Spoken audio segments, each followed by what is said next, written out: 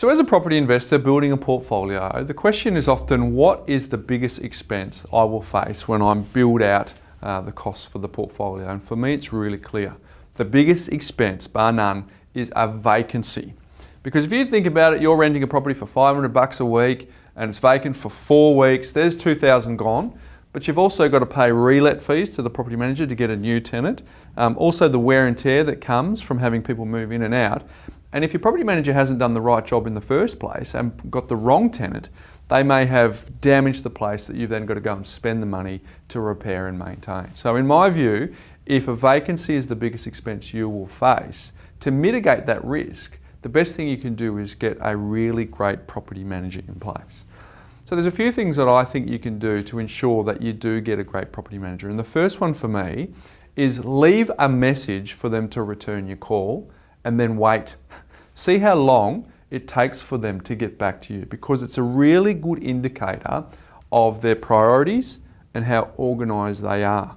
Because if they're enthusiastic about managing your property and getting the best outcome for you, they should be organised sufficiently so that they can prioritise that call back to you. But if it takes them to the next day or the end of the next day or even a couple of days, that's a pretty good leading indicator of the service that you're going to get when you're using a property manager. So for me, the number one thing, leave a message and just wait and see how long it takes for them to get back to you. The second thing for me is when you're going through the buying process, often people buy the property, get close to settlement, then they start to talk to a property manager to engage them in the process. But I say back that up a long, long way.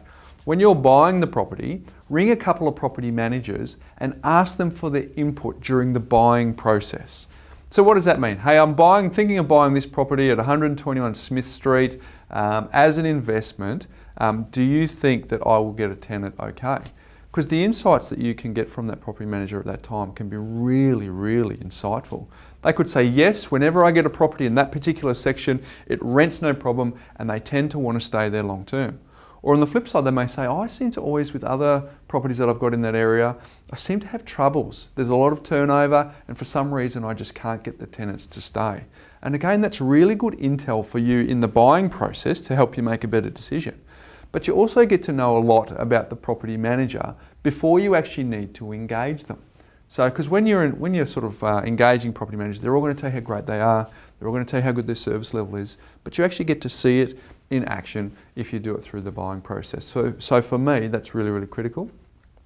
And the third thing is ask the question, are you a property investor yourself? Because quite simply, if they are, they get it. They understand what it means if the rent is late and what impact that has on you as a property investor if the rent doesn't hit your account to pay your obligations. So it's incredibly helpful to have someone who sees what you see as a property investor because they're doing it themselves. So for me, there's 3 things to look for when you're trying to get a property manager to help you decide which one to choose, but also to minimise that vacancy. But I've got a little tip here.